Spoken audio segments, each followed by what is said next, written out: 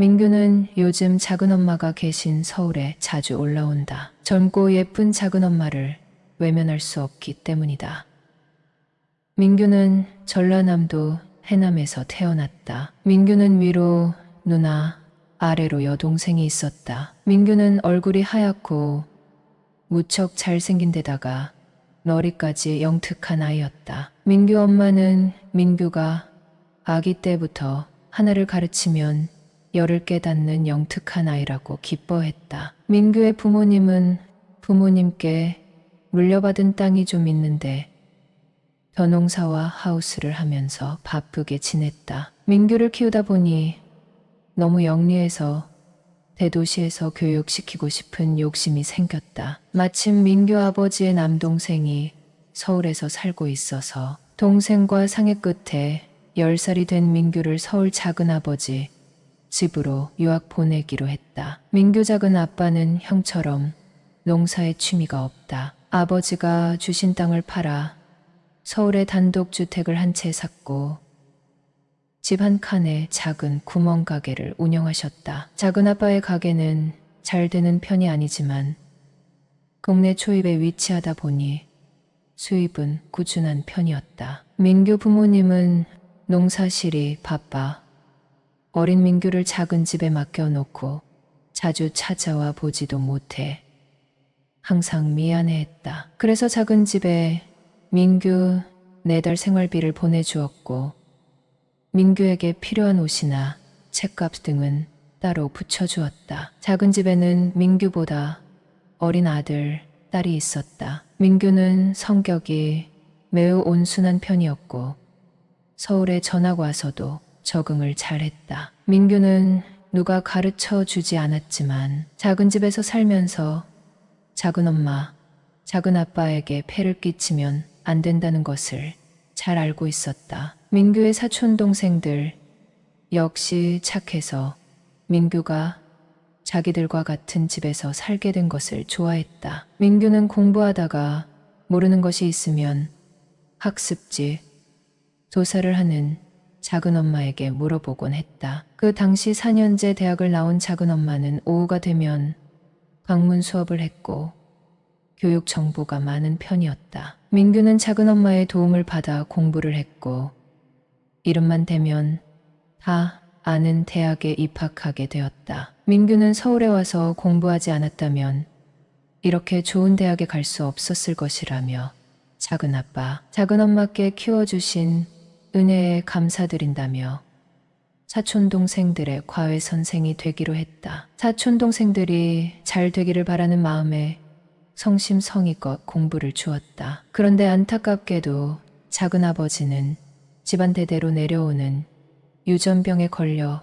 크게 아프셨다. 민규 아버지는 다행히 유전병과 상관없이 건강한 편이었는데 작은아버지는 친할머니와 같은 병을 앓다가 민규가 대학교 2학년 때 돌아가시고 말았다. 작은엄마는 남편을 잃은 슬픔에 무척 힘들어 하셨고 남편 없이 남은 자식들을 건사해야 했기 때문에 가게일과 학습지, 조사 일을 계속했다. 민규는 대학 생활을 하면서 미팅도 하고 동아리 활동도 하고 즐겁게 지냈다. 여름방학, 겨울방학이 되면 집에 내려가서 마당에서 숯불 바비큐를 해먹었다. 민규가 내려가면 온 가족이 시간 가는 줄 모르게 이야기꽃을 피웠다. 민규는 그렇게 방학 때마다 본가에서 가족의 사랑을 충전하고 왔다. 민규는 매번 과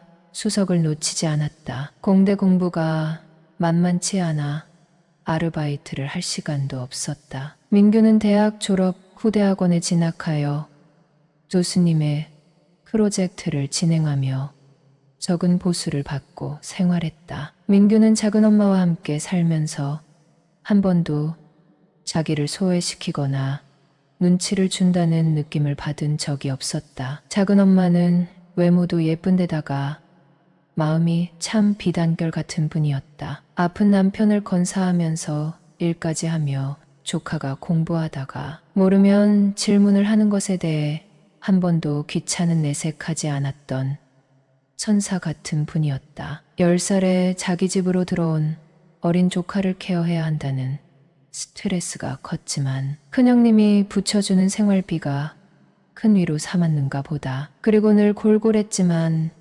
가족밖에 모르는 가정적인 남편, 착한 남매들과 같이 잘 살아보고 싶었을 것이다. 그리고 큰형님이 가끔 전화를 해서 내 아들을 맡아줘서 너무 고맙고 미안하다고 마음을 알아주니 많은 위안을 받았을 것이다. 큰형님은 농산물과 김장을 책임지겠다고 하셨고 하우스에서 수확한 과일을 보내주셨고 맛있는 김장을 택배로 보내주셨다. 더군다나 민규는 손이 하나도 가지 않을 만큼 스스로 알아서 잘 크는 아이였기 때문에 조카 때문에 힘이 든다는 생각은 한 번도 해본 적이 없었다. 민규는 공부하다가 모르는 것이 있으면 작은 엄마에게 찾아와 질문을 하니 너무도 대견했다. 사실 민규를 위해 틈날 때마다 고등학교 수학을 공부하기도 했다. 한 번은 민규가 전교 2등을 했다고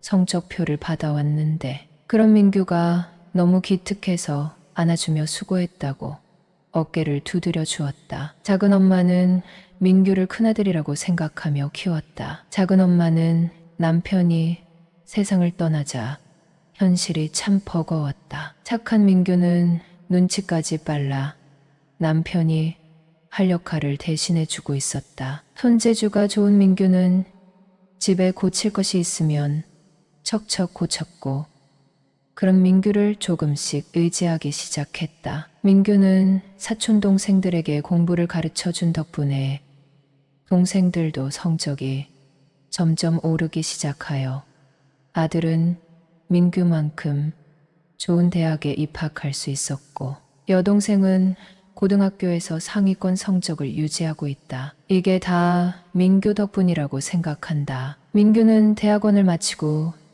지방에 있는 유명 연구소에 취직했다. 민규는 서울 생활을 통해 좋은 교육을 받을 수 있었고 취업까지 성공했으니 작은 엄마와 부모님께 이 기쁜 소식을 전했다. 민규는 이때 사귀던 여자가 있었다. 무려 5년간 사귀었는데 성격이 밝고 해맑은 여자친구를 통해 마음의 안정을 얻을 수 있었다. 민규는 석사 과정을 공부하면서 여자친구와 밤을 보내려고 했는데 아무리 해도 성공을 할 수 없었다. 민규는 그래도 끝까지 노력했고 시간이 해결해 줄 거라고 생각했다. 민규는 신입사원 연수를 받고 주말에 서울에 올라왔다. 민규는 취업한 이후 사촌 동생과 똑같이 자식으로 대해준 작은 엄마께 드릴 선물을 샀다. 여자친구와 결혼을 생각하고 있는 터라 같이 작은 집에 방문해서 그동안 나를 키워주셔서 감사하다고 인사드리려는 계획을 세우고 있었다. 그런데 여자친구에게 갑자기 일이 생겨 민규 혼자 작은 집에 가게 되었고 작은 소동이 일어났다. 서울집에 도착했는데 작은 엄마는 심한 복통을 호소하며 대굴대굴 구르고 있었고 민규는 급히 119를 불러 대학병원에 갔다. 병원에서는 요로결석이라고 했고 세석술을 받고 퇴원할 수 있었다. 민규가 조금만 늦었어도 작은 엄마는 어떻게 됐을지 참 아찔했다. 민규는 사촌 동생들에게 연락해서 병원에 계신 작은 엄마를 부탁하고 연수원으로 돌아갔다. 그리고 일주일 뒤 작은 엄마가 궁금해 다시 서울집에 왔는데 그만 보지 말아야 할 광경을 마주하게 되었다. 작은 엄마는 샤워하러 욕실에 들어가려는 중이었고 민규가 그 모습을 보게 된 것이었다. 민규는 작은 엄마가 그렇게 아름다운 사람이라는 걸 모르고 살았다. 작은 엄마는 얼른 씻고 나왔고 민규는 작은 엄마를 위해 사온 영양제를 드리면서 작은 엄마, 그동안 저를 잘 키워주셔서 감사해요. 작은 엄마가 늘 편안하게 대해줘서 편하게 지낼 수 있었어요. 다시 한번 감사드려요. 가고 인사하자 작은 엄마는 민규를 감싸 안아주었다. 민규야, 그동안 우리 집에서 살면서 알게 모르게 우리 눈치 보며 살았을 텐데 이렇게 훌륭하게 자라줘서 고마워. 그리고 나를 생각해서 일부러 선물 사서 찾아온 거 너무 감동적이야라고 하면서 어깨를 들썩이며 우는데 작은 아빠의 부재로 인한 외로움과 서러움이 느껴져 민규도 작은 엄마를 부둥켜 안고 함께 울었다. 애잔한 마음에 작은 엄마의 등을 토닥거려 주었다. 작은 엄마는 잠시 후에 울음을 그치더니 그런데 민규야, 나 이런 말 해도 될지 모르겠지만 너희 작은아버지 보내고 나서 나 사실 너를 남자로 의지하고 살았어. 오늘 별일 없으면 우리 집에서 자고 갈래? 애들은 마침 친구들이랑 놀러 간다고 해서 오늘 나 혼자 잘 예정이거든 하고 말하는 것이었다. 민규는 방금 전 씻고 나온 작은 엄마의 몸에서 좋은 향기를 느꼈고 자기의 몸에 반응이 오는 것을 감지했다. 민규는 작은 엄마와 어색하지만 거사를 치르게 되었다. 여자친구는 아무리 시도해도 안 되던 것이 조금 답답했었는데 작은 엄마와는 너무도 잘 맞았다. 작은 엄마는 남편이 하늘나라로 가고 남자를 만날 수 없어 얼마나 외로웠는지 모른다고. 젊은 청년이 된 건강한 조카와 이런 시간을 보내게 되니 꿈인지 생시인지 모르겠다며 수줍게 웃었다. 아픈 남편을 수발하면서 언제 여자로서 좋은 느낌을 받았는지 몇 년이나 혼자 외로운 밤을 보냈는지 기억도 안 난다며 정말 힘들었다고 고백했다. 민규는 첫 관계라 어색했지만 작은 엄마가 편안하게 리드하는 대로 하다 보니 민규도 작은 엄마도 크게 만족했다. 민규는 이제 작은 엄마의 외로웠던 시간을 내가 보상해 주겠다고 하며 2번이나 좋은 시간을 보냈다. 민규는 이제 여자친구보다 작은 엄마를 더 자주 만나러 서울로 오고 있다. 작은 엄마는 민규만을 기다리고 있고 둘이 관계할 때 여보라고 콧소리를 낸다. 민규는 그런 작은 엄마를 외롭게 내버려 두지 않겠다고 다짐한다. 오늘의 사연 시작합니다. 저는 30대 중반의 평범한 회사를 다니는 아주 평범한 남자입니다. 저에게는 예쁜 와이프와 아이들이 있습니다. 저는 결혼을 일찍 한 편이라 아이들도 제 또래 친구 아이들보단 크고요. 아무튼 결혼 생활은 아무런 이상 없이 와이프와 아이들까지 아주 즐겁고 또 피곤하게 지내고 있습니다. 아이들과 와이프와 같이 재밌게 지내면 그만큼 에너지가 필요하니 피곤한 건 당연한 거겠죠. 저는 이렇게 즐겁게 살고 있는데요. 그런데 더 재미있는 일이 생겨버렸습니다. 제가 다니는 회사는 저처럼 아주 평범하고 작은 회사인데요. 같이 일하는 남자 2분, 또 여자 2분에서 사장님과 저를 포함해 총 6명이 있습니다. 여자 1분은 저보다 나이가 많고 결혼은 했는데 아직 아이가 없고 또 1분은 저보다 어리고 결혼도 했지만 아이가 없었습니다. 저희는 일이 없을 때는 서로 농담도 하고 가정사도 얘기하고 재밌게 지내고 있습니다. 그런데 말이죠. 저보다 어린 직원이 가끔 보면 참 안쓰럽다, 뭐 그렇게 생각이 들 때가 있습니다. 남편분은 사업을 하는지 같이 놀러 간다, 휴가 때는 뭘 해야지, 뭐 그런 얘기는 일절 없습니다. 그래서 궁금한 저는 휴가 때 주로 뭐 하냐고 물어보기도 했습니다. 처음에는 뭐 이것저것 친구들이랑 놀러도 가고 해요. 그렇게 말을 돌리곤 했는데 지금은 그냥 집에 있거나 쉬어요 라고 솔직하게 말을 합니다. 이런 모습을 보면 참 안 됐다.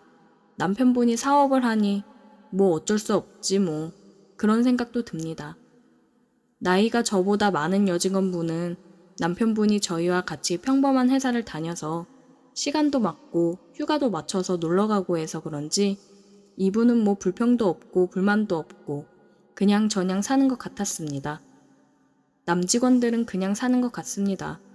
남자들 얘기는 재미가 없어서 안 하는 걸로 할게요. 저희는 평소처럼 일을 하다가 농담도 하고 여러 얘기를 했습니다. 이날은 한 분은 휴가에 두 분은 출장, 그래서 1시간 정도는 그 어린 직원이랑 같이 사무실을 지켰습니다. 제가 말도 많고 재미는 없지만 관심들이 많아서 말을 많이 거는 편이라 사람들도 저에게 말을 많이 거는 편입니다. 어린 여직원이랑 둘이 있는데 저는 할 일이 있어 업무에 집중을 하고 있었지요. 그런데 여직원이 옆에 와서 계속 말을 거는 겁니다. 집에 가면 뭐 하는지, 집에서 뭘 하면 재밌게 지내는지 등등 말이죠. 이렇게 묻더군요. 집에서는 주로 뭐 하세요? 집에 가는 거 재미있어요? 재밌죠. 집에 가면 진짜 귀여운 애기들도 있고 이쁜 마누라가 있으니까요. 아직도 와이프가 이쁘세요? 아이들은 뭐가 그렇게 귀여워요? 아이들 엄청 이뻐하시나 봐요. 와이프는 세상에서 제일 예쁘고 사랑스럽고요. 아이들은 정말 천사들 같아요. 힘들게 아빠 아빠 하면서 따라다니고 뭘 해달라고 하는 게 많아서 그렇지 피곤한 거 빼고는 정말 너무 감사하고 좋아요. 제 체력이 너무 저질이라 너무 피곤하긴 해요. 와, 정말 좋은 남편에 정말 좋은 아빠네요. 아니 그 정도는 아닌데 그냥 다 좋아요. 즐겁잖아요. 저는 집에 가면 맨날 밥 먹고 별거 할 게 없는데 너무 심심해요. 아, 남편분이 사업을 하신다고 했죠? 그런데 사업하시면 어쩔 수 없는 것 같아요. 근데 많이 심심하시겠다. 맞아요. 어쩔 수 없어서 그냥 그러려니 생각하죠. 제가 선택한 거니까요. 남편분이랑 시간 맞춰서 휴가라도 가셔요. 남편이 그런 걸 별로 안 좋아해요. 맨날 하는 것도 아닌데 그래도 1년에 몇 번이라도 맞춰서 놀러 가자고 먼저 얘기해 보세요.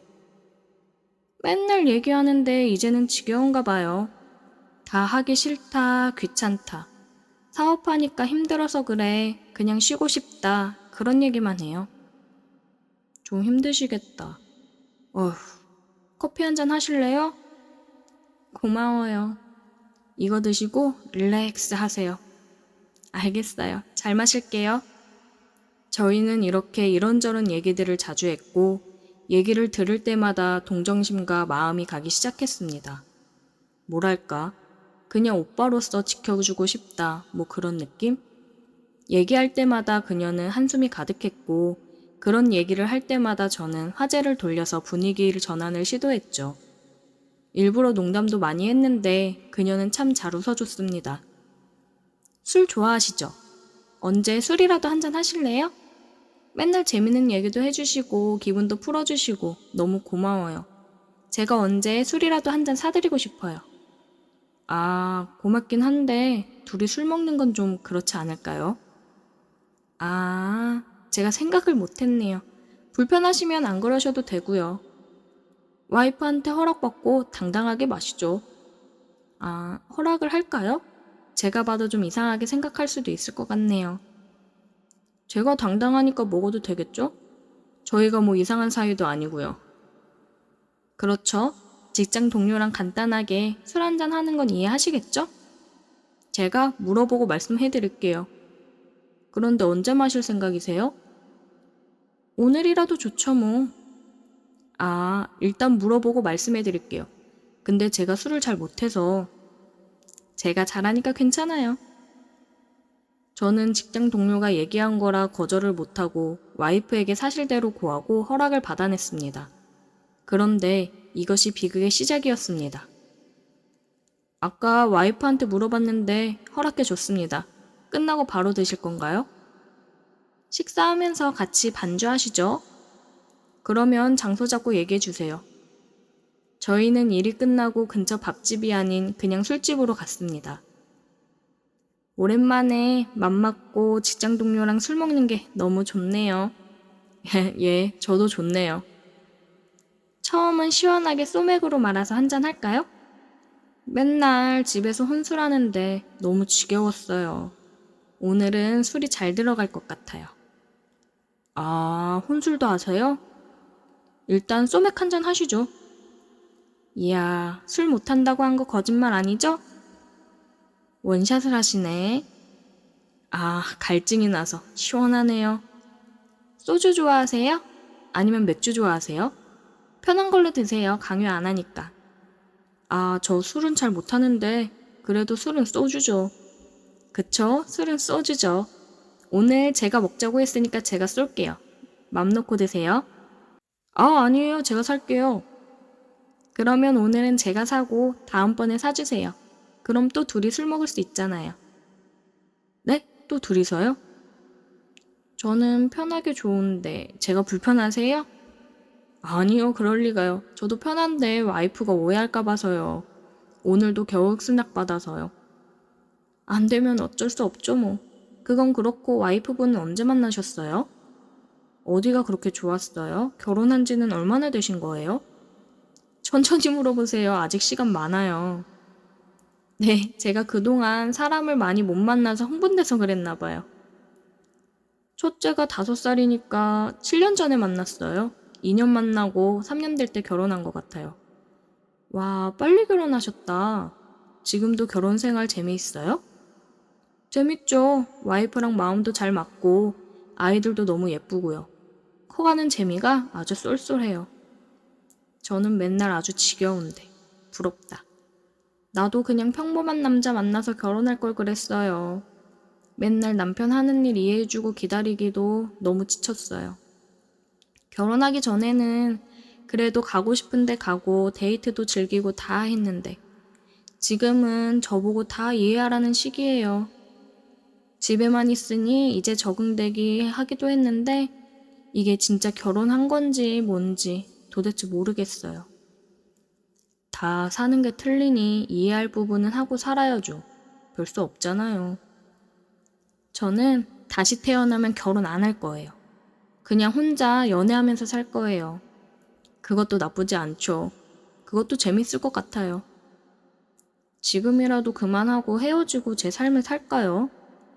에이, 그래도 마음이 맞으니까 결혼했을 텐데 서로 대화를 많이 하시고 잘 해보세요. 저는 상민 씨처럼 자상하고 잘 챙겨주고, 뭐라 말은 못하겠는데 상민 씨 같은 남자 만나고 싶네요. 아, 칭찬인가요? 와이프한테 더 잘해야겠네요. 상민 씨, 하루만 제 남자친구 해주시면 안 돼요? 제가 잘못 들은 거죠? 농담이에요, 농담. 농담인 거 알잖아요. 아, 깜짝 놀랐어요. 그런 농담 하지 마세요. 아우, 놀래라. 그런데 저는 남자가 볼 때 어때요? 괜찮아요? 예쁜가요? 상중, 하중에 어느 정도예요? 저도 결혼 안 했으면 영경 씨 같은 여자분 만나죠. 등급으로 매길 순 없지만 그래도 정하라고 하면 상이죠. 예쁘고 착하고 뭐 하나 빠지는 거 없으시잖아요. 그럼 제가 좋다는 건가요? 아, 또 농담하시네. 이제 안 속아요. 네, 알겠어요. 술 한잔 해요. 너무 힘들어하지 말고 즐겁게 생각하세요. 와이프한테 허락받으면 자주는 아니더라도 가끔 술친구 되어드릴게요. 주거니 받거니 짠을 하면서 술을 거하게 먹고 저는 귀염둥이가 집으로 그녀는 아무도 없는 집으로 갈 길을 갔습니다. 다음날 그녀는 회사에서 커피도 사주고 고맙다고 다음에도 부탁한다며 얘기했고 한 달 뒤에 회식이 있어 다시 술자리를 하게 되었습니다. 이 자리는 공식적인 자리라 편한 마음으로 갔습니다. 술자리를 하던 중 문자가 와서 보니 영경 씨가 문자를 했습니다. 1차 끝나고 따로 한잔 하자고요. 둘이 먹는 자리가 편하다고 말이죠. 일단은 봤지만 답장은 안 보냈습니다. 혹시라도 누가 볼까 말이죠. 제가 문자 보냈는데 보셨어요? 일부러 답장 안 한 거죠. 조금 있으면 술자리 끝난다고 하니까 따로 한잔 해요. 기다릴 거예요. 아, 자리가 좀 그렇지 않나요? 일단은 알겠어요. 저는 술이 좀 돼서 알딸딸한 상태였는데 그녀는 보니 멀쩡했습니다. 회식이 끝나고 그녀는 제 옆으로 와서 상민 씨는 조금 취한 것 같네요 라고 말하며 갑자기 귀엽다고 훅 들어왔습니다. 저는 술 취한 척 못 들은 척 했고 그녀는 저를 끌고 술집으로 갔습니다. 상민 씨는 술 취하니까 더 귀엽고 더 잘생긴 것 같아요. 아니에요. 저 이제 나이 많이 먹고 살쪄서 별로예요. 아, 상민 씨, 나 상민 씨랑 데이트하고 싶어요. 제 부탁 들어줄 수 있어요? 안 돼요. 저는 가정도 있고 그럴 수 없어요. 미안해요. 아니, 뭘 하자는 게 아니고 출장 간다고 하고 하루만 다른 데서 데이트만 해주면 안 돼요? 안 돼요. 그건 와이프한테 너무 미안할 것 같아요. 그럴 수 없어요. 그럼 일단 우리 술이나 좀 먹어요. 아까 술을 많이 못 먹었어요. 짠해요, 짠. 이거 봐, 너무 귀여워. 아, 진짜 어떡하지? 상민 씨, 하루만 데이트 해줘요. 아니, 진짜 안 된다고요. 저는 애도 있고 안 돼요, 안 돼. 귀여워. 내가 상민 씨 취해서 그러는데 언젠간 잡아먹고 말 거야. 사자도 아니고 뭘 잡아먹긴 뭘 잡아먹어요. 그런 말 하지 마요. 두고 봐요. 나는 이제 내가 술을 먹는 게 아니라 술이 나를 먹고 있었다. 어느 순간 필름이 나갔다가 들어오길 반복했고 집에 가야겠다는 생각이 들었어요. 아, 너무 많이 먹어서 이제 집에 가야 될 것 같아요. 막병 먹고 가요. 그럼 되죠? 더 못 먹을 것 같은데. 아, 힘들어요. 이것만 먹어요. 그럼 상민 씨가 더 귀여워지니까. 아, 이게 막병이에요, 진짜로. 그녀는 마지막 병을 먹겠다며 자리를 제 옆으로 옮겼고 지는 술을 안 먹고 자꾸 나에게 술을 먹였어요. 왜 자꾸 나만 줘요? 영경 씨도 먹어요. 나도 먹고 있거든요. 아, 상민 씨 진짜 귀엽다. 내 거 하고 싶은데 안 돼요? 그녀가 순식간에 내 입술에 입맞춤을 했고 술이 잠깐 깼습니다. 뭐 하는 거예요? 아, 이제 그만 먹고 갈래요. 실수예요, 실수. 이제 거진 다 먹었으니까 화 풀고 이것만 먹고 가요. 진짜로 장난 안 칠게요. 내가 맨날 집에만 있었는데 상민 씨가 너무 재밌게 해주니까 고마워서 뽀뽀 한번 했어요. 그것도 못해요, 정말? 안 되는 건 안 돼요. 다신 하지 마세요. 그렇게 한 잔 한 잔 먹고 마지막 잔을 마셨는데 마지막 잔으로 저는 필름이 완전히 끊겼습니다. 상민 씨, 일어나요. 집에 가야죠. 눈을 떠보니 못해. 이게 뭔가, 이게 뭐예요? 내 옷은 왜 다, 뭐예요, 영경 씨? 상민 씨가 술이 너무 취해서 잠깐 술 깨고 가려고 데리고 왔어요. 제가 뽀뽀하니까 와이프 이름인지 잘 모르겠는데 부르면서 제 입술에 입맞춤을 하고 저를 만졌어요. 저도 모르게 응했고요. 아, 진짜 미안한데요. 우리 술 먹고 진짜 실수한 거니까 이번 일은 정말 없던 걸로 해요. 정말 미안해요. 없던 걸로 해줄 테니까 대신 한 달에 한 번 만나서 데이트해요. 아무도 모르는 데로 가서 데이트해요. 그럼 비밀로 할게요. 아, 알겠어요. 일단 집 좀 갈게요. 상민 씨, 내가 사랑하니까 우리 다음에 데이트할 때 더 재밌게 해요. 회사에서도 볼기가 불편했고 그래도 애써 아닌 척하며 지냈습니다. 그녀에게 문자가 왔고 다음 주에 데이트를 하자고 문자가 왔습니다. 저는 알겠다고 했고 다른 지역으로 가서 데이트를 하자고 얘기를 했어요. 우리는 그렇게 하지 말아야 할 선을 넘고 말았습니다. 우리는 치밀하게 다른 지역으로 각자의 차를 타고 가서 만났습니다. 상민 씨, 우리 귀여운 상민 씨, 내가 얼마나 보고 싶었는지 알아요? 저도 결혼 안 했으면 이래도 되는데 지금은 아닌 것 같아요. 이 말 하려고 나왔어요. 자꾸 이러면 와이프한테 다 말할 거예요. 그러니까 그냥 한 달에 한 번만 이렇게 만나요. 아, 우리는 그렇게 한 달에 한 번씩 만났고 처음에는 안 된다 이러면 안 된다 그랬는데 지금은 만나는 게 나쁘지 않고 즐거워졌습니다. 한 달에 한 번이니까 말이죠. 우리는 또 다른 지역에서 만났어요. 오늘은 우리 빨리 한잔하고 방 잡고 쉬자 오빠. 알았어. 그게 좋겠지? 응. 오늘은 내가 더 잘해줄게. 알겠어. 나도 오늘은 확실하게 해줄게. 너무 흥분돼. 빨리 가자. 우리는 술 한잔하고 곧장 모텔로 갔습니다. 모텔 현관부터 입술을 덮치면서 들어갔고 샤워 그딴 거 필요 없이 그녀를 만지기 시작했습니다. 우리는 그렇게 뜨거운 밤을 보냈고 지금도 그렇게 하고 있어요. 앞으로 어떻게 해야 될지 걱정입니다.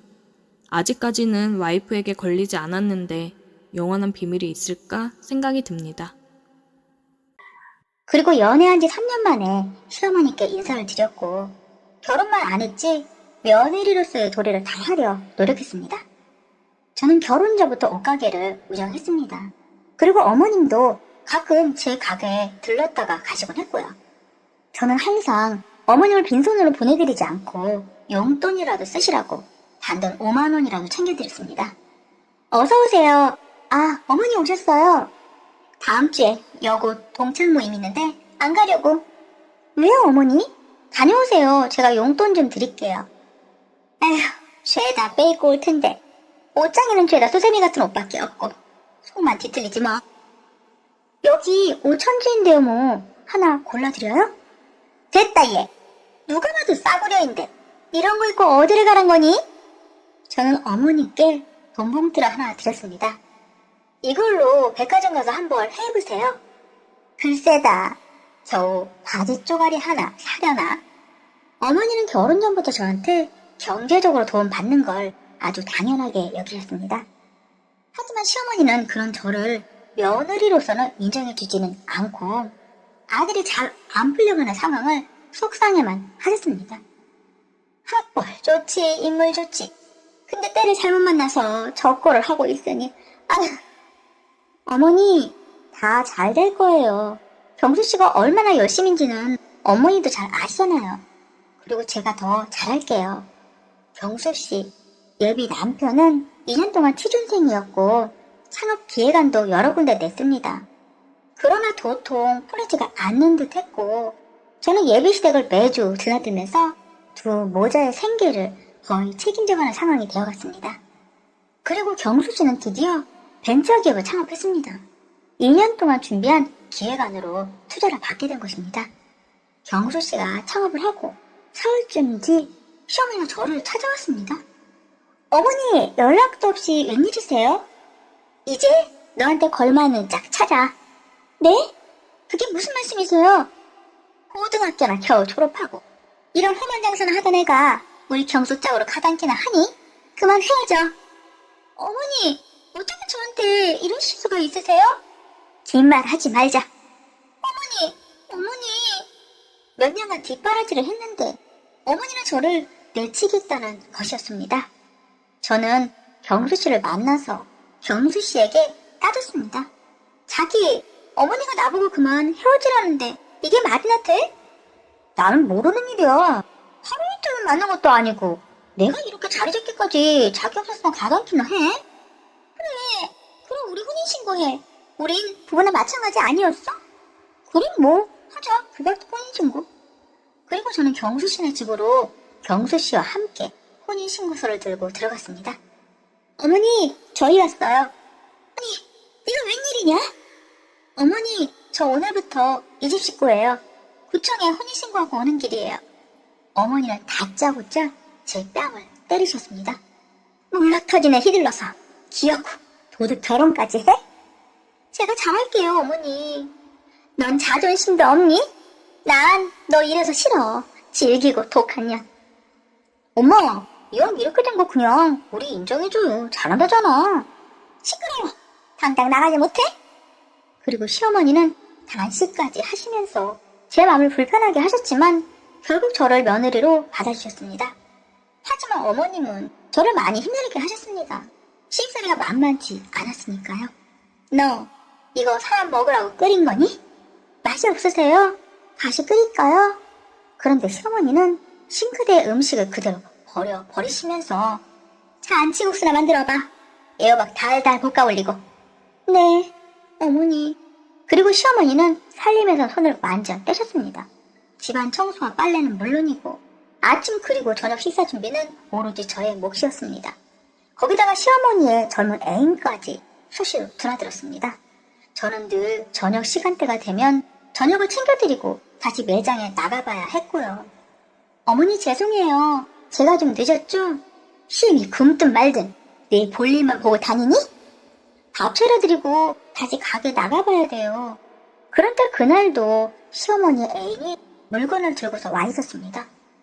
그럼 놀면 뭐해? 벌 수 있을 때 벌어야지. 그건 그래. 예, 너 돈 좀 있니? 이거 최고급 청소기용 밥솥이야. 싸게 해줄게.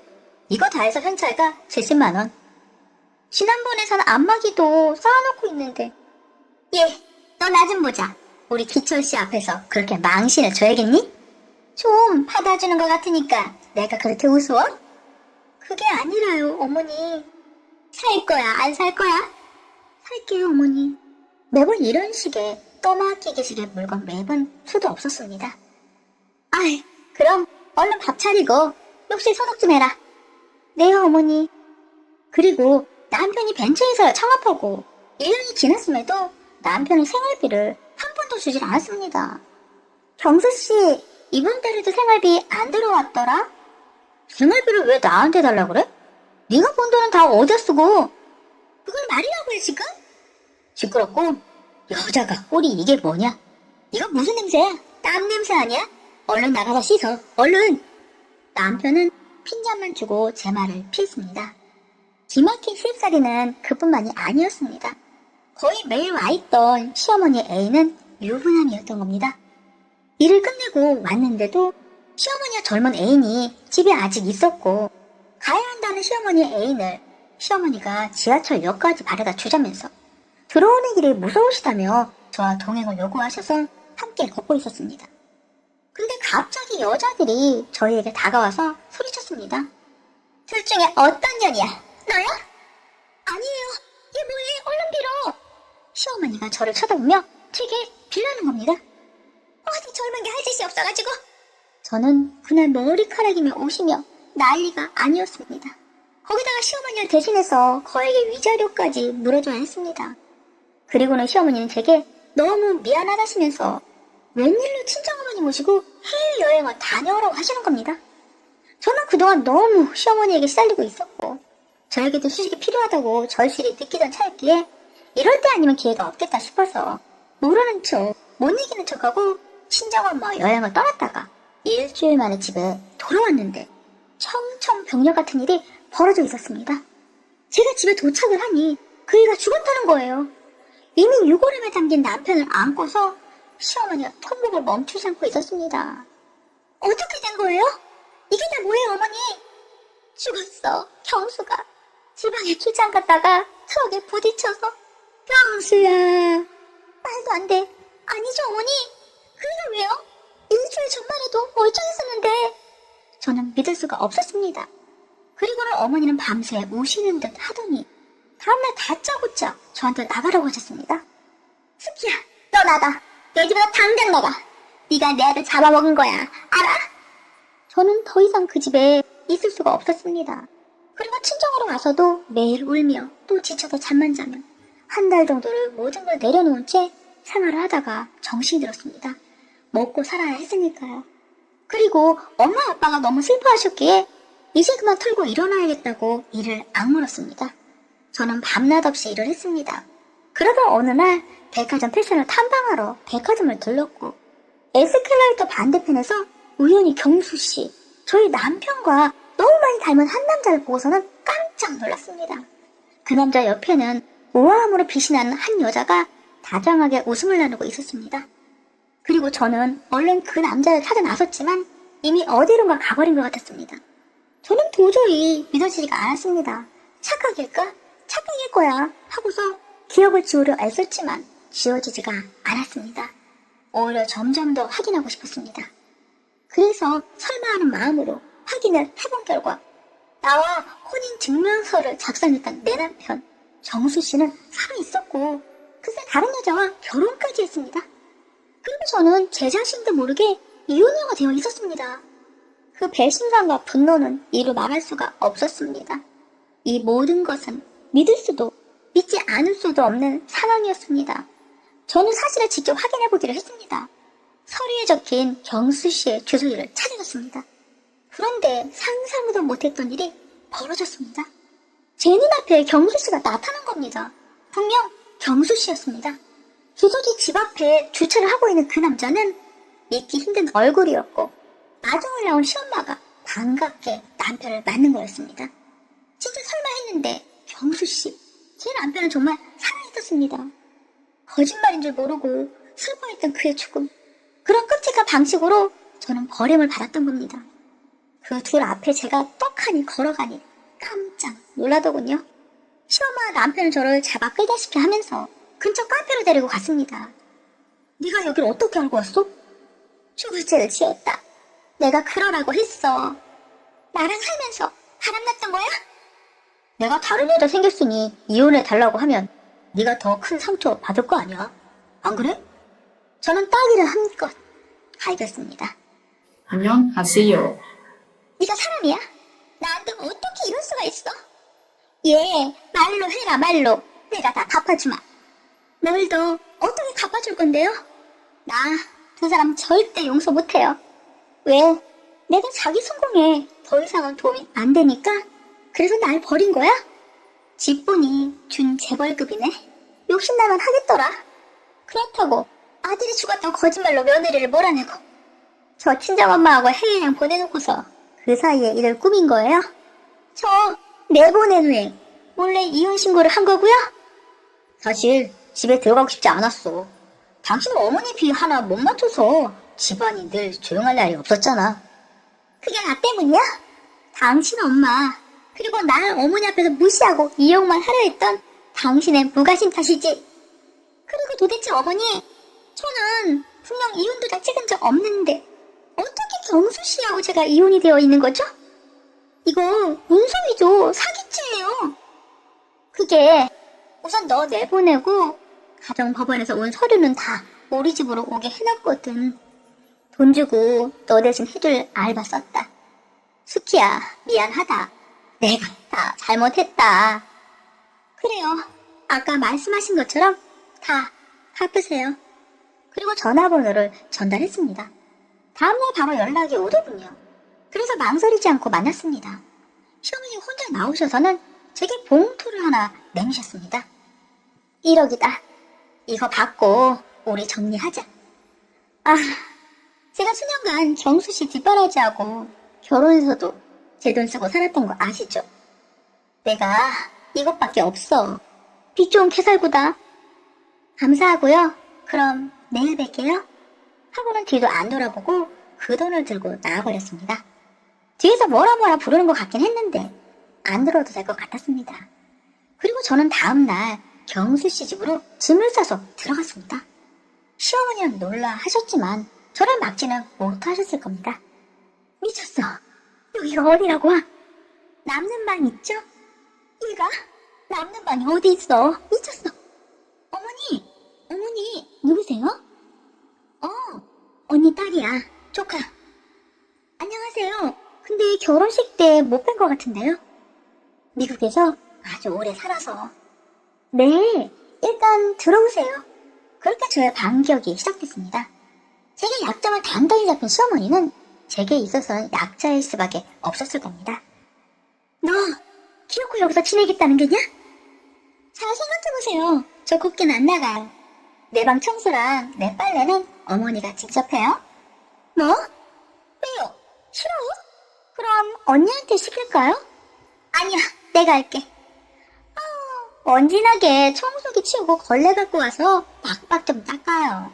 그리고 이 블라우스 세탁기 돌리면 상하는 거 알죠? 알았다. 씻어야겠어요. 욕조 소독부터 하고 물부터 좀 받아놔요. 그리고 신우인 옷도 좀 했습니다. 언니, 나 이거 가져도 되죠? 안 돼요. 이 카드로 하나 사입어요, 아가씨. 지금 돈 자랑하는 거예요? 아가씨, 정말 왜 그래요? 왜 또 큰 소리야? 너 또 세기 물건에 손댔니? 아가, 그냥 좀 빌려줘라. 어머니! 옷장이 터지게 생겼구만. 하나 주면 어때서? 얘, 손윗사람이면 손윗사람답게 굴어. 살살해, 이모. 시언니 울겠다. 밥 차려놨지? 아가, 네가 좀 이해해라. 애가 우울증이 있어서 그래. 왜 그렇게 아가씨한테 쩡쩡매세요? 어머니가 그러시니까 아가씨가 더 기고만장하잖아요. 저는 식구들 모두 제 눈치를 보게 만들었습니다. 아, 참. 이건 사람이 먹으라고 만든 거예요? 간이 안 맞니? 다시 끓일까? 저는 언젠가 제게 시어머니가 했던 그대로 싱크대에 부어버렸습니다. 아, 얘가 정말 잔치국수나 만들어봐요. 애호박 달달 볶아 올리고. 하지만 제가 아무리 시어머니가 복수를 한다고 해도 제 억울함은 해소가 되지 않았습니다. 저는 아침 일찍 일어나 출근을 서두르는 전 남편에게 넥타이도 골라주기도 했습니다. 이거매 취향하고는 부잣집 여자하고 재혼했으면 더 고급스러워져야 되는 거 아니야? 어떻게 나랑 살 때보다 더 없어 보이냐? 알았어. 그런데 경수씨 아내인 지영씨가 조용히 저를 불렀습니다. 아가씨, 저랑 얘기 좀 해요. 말해요, 언니. 아가씨 좀 지나치지 않아요? 어릴 때 같이 살기도 했다지만 이건 좀 오빠 좋아해요? 그래 보여요? 저 아가씨한테 정말 잘하고 싶은데 솔직히 말해봐요. 솔직히 말하면 뭐 오빠라도 내줄 건가요? 원하면 보내드릴게요. 네? 정말이요? 정말이요. 솔직히 말해봐요. 솔직하면 상처 받으실 텐데 여기서 그만하죠. 말해요. 괜찮아요. 나 사실 경수씨 전처예요. 지영씨는 순간 놀라는 눈빛으로 한동안 말이 없더니 짐작이라도 한 듯이 침착하게 말을 하더군요. 어떻게 이런 일이 있을 수 있죠? 경수씨 초혼 아니었나요? 전 초혼인 줄 알았어요. 사실 전 경수씨가 죽은 사람인 줄 알았어요. 이모, 그러니까 지금 제가 이모라고 부르는 사람이 제 시어머니셨어요. 저보고 친정엄마랑 해외여행 다녀오라고 안 쓰시던 선심을 쓰시더니 경수씨를 죽은 사람 만들어서 저를 내쫓으시고는 저 몰래 저를 이혼까지 시키셨더라고요. 경수씨랑 헤어질 거예요. 슬기씨가 좀 도와줘요. 저 때문에 이혼하시게요? 아니요. 제가 1억 드릴게요. 저 이제 경수씨 안 사랑해요. 그냥 복수하려고 들어온 거예요. 슬기씨, 지금 사기 이혼 당한 거잖아요. 그러니 이혼 취소 소송 내세요. 이혼 취소 소송? 소송 걸면 아가씨, 아니 슬기씨가 이기게 되어 있어요. 미쳤어. 서로 상부상조 하자는 거야. 한 1년 대충 살아요. 그 인간 분명히 밖으로 돌면서 사고 칠 거야. 그럼 트집거리 하나 잡아서 이혼소송 걸고 위자료에 재산 분할해. 돈 잔뜩 받아내면 되잖아? 네가 날 위해 그럴 리는 없고 너한테는 어떤 이득이 있는데? 난 흔적 없이 결혼 무르고 싶어. 이혼 무효가 되면 난 혼인 자동 취소니까 호적이 깨끗해지지 않아? 그리고 혼인 취소되면 그 인간 사기죄로 고소할 거야. 또 저 사랑하는 사람 있어요. 경수씨에게 당한 우리 두 여자는 그날 이후로 손을 잡기로 했습니다. 그리고 남편 아내랑 전 남편인 경수씨가 밖에서 오붓하게 남편 아내인 지영씨의 생일 축하를 한다는 걸 알았습니다. 거기다 그곳이 어디라는 걸 이미 알고 있었지만 저는 시어머니를 닥달을 했습니다. 거기가 어디예요? 어디? 지영씨 생일 축하한다는데 거길 네가 알아서 뭐하게? 명색이 쉬는데 생일 선물은 해야죠. 안 해도 돼. 그럼 집에 들어오면 이혼 증명서 선물해야겠네? 알았다. 일 치지 말고 조용히 밥만 먹고 와. 저는 부부의 생일 축하 장소에 찾아갔습니다. 그리고 그 둘 앞에 떡하니 나타나서 앞에선 과일즙 만들어주고 뒤에서는 나 쫓아낼 작전 짜는 거야? 네가 여기를 어떻게 알고 왔어? 그리고 네가 여길 왜 와? 여보, 손 좀 씻고 올게. 지영씨가 자리를 피하자 제가 경수씨에게 조용히 말했습니다. 우리 다시 합칠까? 너 지금 돌았냐? 그게 말이나 된다고 생각해? 내가 당신 사촌동생으로 있는 건 말이 되고? 당신 와이프 자리 원래 내 거였잖아. 내 자리로 내가 돌아가겠다는데 뭐가 문제야? 그게 무슨 소리야? 아가씨, 지금 그게 무슨 소리예요? 그런 대로야. 내가 이 사람 전처라고. 뭐? 경수씨 말해봐. 이게 무슨 말이야? 미안해. 경수씨의 현 아내인 지영씨가 경수씨의 뺨을 힘껏 때렸습니다. 제 속이 다 시원하더라고요. 이 결혼 무효야, 무효. 야, 전수키, 너 때문이야. 너 가만 안 둬? 자기 욕심 채우겠다고 죽은 척까지 했던 인간이 할 말은 아니지. 저는 이혼 취소 소송을 냈습니다. 이 인간하고 결코 다시 살 생각은 없지만 아직 죽고 못 사는 신용을 해가면서 이혼 취소 소송에서 승소를 했습니다. 저는 이혼 취소 소송하고 바로 다시 이혼을 한다 해도 세게 돌아올 보상이 적지 않았으니까요. 물론 지영씨도 자동 혼인 취하를 받았습니다. 그리고 저는 이혼 취소 소송 후에 다시 바로 이혼을 준비했습니다. 이혼을 만겨지고 나오면서 경수씨에게 숨겨진 진실을 하나 알려줬습니다. 지영씨가 이 소송 걸어달라고 했어. 뭐? 무슨 말 하는 거야? 이 와이프 지영씨한테 남자가 생겼거든. 헛소리 하지마. 그 남자가 대단한 집 아들이라네. 결혼까지 했던 거 속이고 그 남자랑 결혼하려니까 우선 호적 정리부터 해야 했거든. 너처럼 당해보니 어때? 기분 더럽지? 이게 바로 인과응보라는 거야. 안녕하세요.